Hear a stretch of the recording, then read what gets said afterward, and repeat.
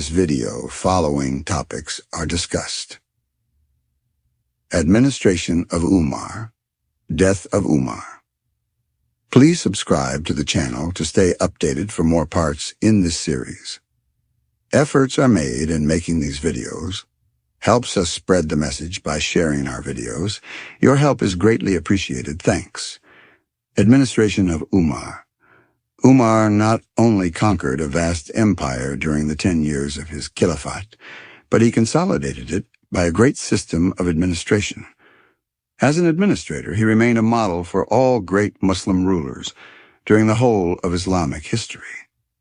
During the 30 years that the Republic lasted, says Umar RA, the policy derived its character chiefly from Umar, both during his lifetime and after his death. He had two consultative bodies. These bodies were called the Shura, or Council of Advisors. In all important affairs, he sought the help of the Shura. Umar emphatically declared there can be no caliphate except by consultation. The position of the Khalifa was just the position of a common subject. Umar often used to say, "Verily, I am one among you. I do not desire that you should follow anything which arises from my caprice." In the interest of the national integrity of the Arabs, Umar I took steps to make the peninsula a purely Muslim state. In view of the hostility of the non-Muslims, he offered option to the Jews of Khaybar and the Christians of Najran to decide whether they would stay in Arabia without interfering in the affairs of the state or migrate to other places on receiving due compensations from the state. They preferred to leave Arabia with the proposed compensation money, and the Khalifa gave them all sorts of facilities for migration. The second cardinal point in Umar's policy was to maintain the military aristocracy of the Arabs, and to achieve this end he did not allow them to hold land in the conquered countries, because of the fact that it would impair the military prowess of the Arab soldiers. He also forbade them to live with the settled people in cities and ordered them to live in military cantonments. Umar was the founder of the political administration of Islam. For the convenience of administration, Umar divided the empire into provinces, and each province was placed under an efficient governor. Makkah, Medina, Jazira, Basra, Kufa, Egypt, and Palestine were the main provinces of the empire. The provincial governor was called the Wali, or Amir. Wali was not only the ruler of the province, but also the military and religious head.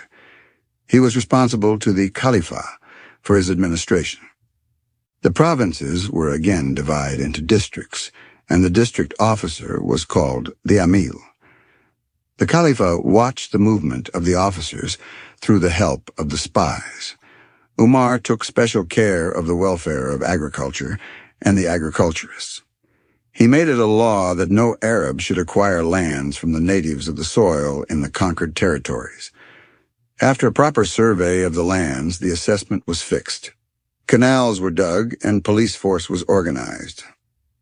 Umar I introduced the Muslim era of Hijrah. He also introduced the system of old age pension.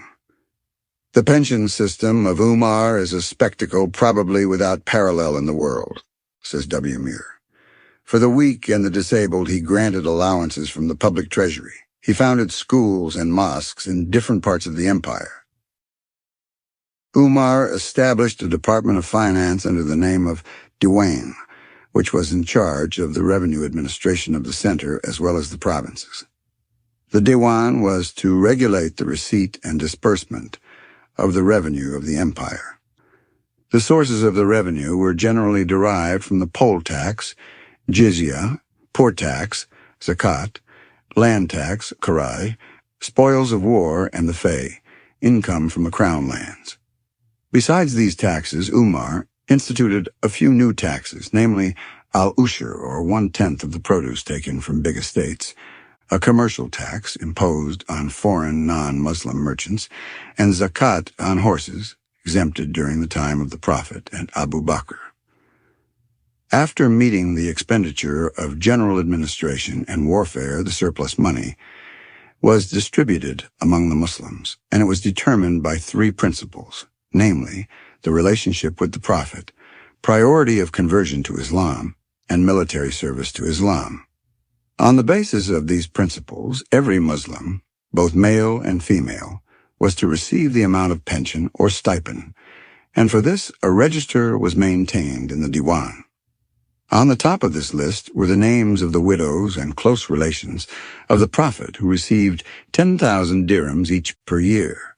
Next came the warriors who fought the battles of Islam. The warriors of Badr received 5,000 dirhams each, and those who took part in the Battle of Uhud got 4,000. The people who accepted Islam before the conquest of Makkah received 3,000 dirhams a year, and so on till we come to the ordinary soldiers. The ordinary soldiers who joined the great conquests of Umar got 500 to 600 dirhams. Even the slaves, women, newborn children, and dependents of the Muslims had shares in the Bayt al-Mal, or the public treasury. Umar entrusted the Qazi with the judicial functions. The Qazi was completely independent of the provincial governor and received a fixed pay for his duties. The Khalifa maintained a well-disciplined army. He himself was the commander of his Mai at Medina. But general, he delegated his authority to his generals. His army was divided into two classes, cavalry and infantry. He was particularly careful for the welfare of his soldiers, but in case of neglect of duties, he inflicted severe punishment on his soldiers. Thus, in every sphere of administration, he stands unparalleled in the whole history of Islam. Death of Umar. Umar Fo, after a glorious rule of 10 years and some months, met his death at the hands of a Persian slave named Abu Lulu, Firoz, in the year 23 AH./643 AD, while he was saying his prayer in the mosque. The death of Umar, says Amir Ali, was a real calamity to Islam. Extremely stern but just, Umar was especially fitted for the leadership of unruly Arabs. He stood like a bulwark and protected his people against every assault that was made to undermine their strength. With his death, all the forces such as tribalism, immorality of the days of ignorance, centrifugal tendency of Bedouin tribes raised their heads and undermined the unity of the Muslims. Estimate of Umar. Umar was one of those extraordinary personalities in history who not only molded the destiny of the nation, but made history of their own. His brilliant conquests and benevolent administration inaugurated a new era in the history of the world. He had to fight against the Persians and the Romans, who were bent upon the destruction of the infant state of Islam. It was due to his dexterity and ability that the mighty empires of Persia and Rome crumbled before the arms of Islam, and ill was no small credit to him that the whole of Arabia and Egypt came under the influence of the Muslims. It was he who not only consolidated the conquered territories, but also gave the empire an efficient system of administration. He may be regarded as the real founder of the political administration of Islam. His enforcement of the Shariat law, organization of the police force, introduction of census, stipends, and the Muslim era of Hijrah, construction of forts on the frontier, establishment of the Department of Finance, improvement of agriculture and the agriculturists, patronage of female education, etc., testify to his ability as a great ruler and administrator. For the safety of Arabia, he asked the Jews of Khaybar and the Christians of Najran to leave the peninsula. The prohibition of purchasing and cultivating lands by the Arabs in the conquered countries speaks of his genius as a far-sighted statesman, thus as a conqueror. As an administrator and a statesman, Umar deserved to be ranked as one of the greatest rulers of the world. Umar was the best example of ideal character. All the good qualities of a man were combined in him. Simplicity, dutifulness, and impartiality were the chief features of his character. Himself a ruler of a vast dominion, Umar lived like an ordinary man. It was difficult for a foreign visitor or an unacquainted person to recognize the Khalifa. He had no bodyguard for personal safety, no magnificent palace for his residence. He was the embodiment of softness and strictness. He was kind and sympathetic to the poor, and for them he passed many a sleepless night.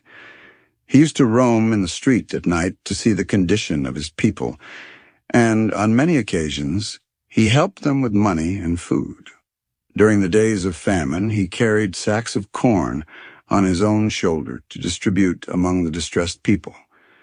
But he was very strict in the case of judgment. Nobody was exempted from the laws of justice, even not his own son if he committed any wrong. Nepotism and partiality could not touch his activities. High and low, rich and poor, were all equal to him and to his law. When a complaint was brought against the provincial governor, he did not hesitate to dismiss him. In the interest of Islam and the state, he selflessly devoted his whole energy, time, and brain, and for this he will live in the hearts and minds of the Muslims for all time to come.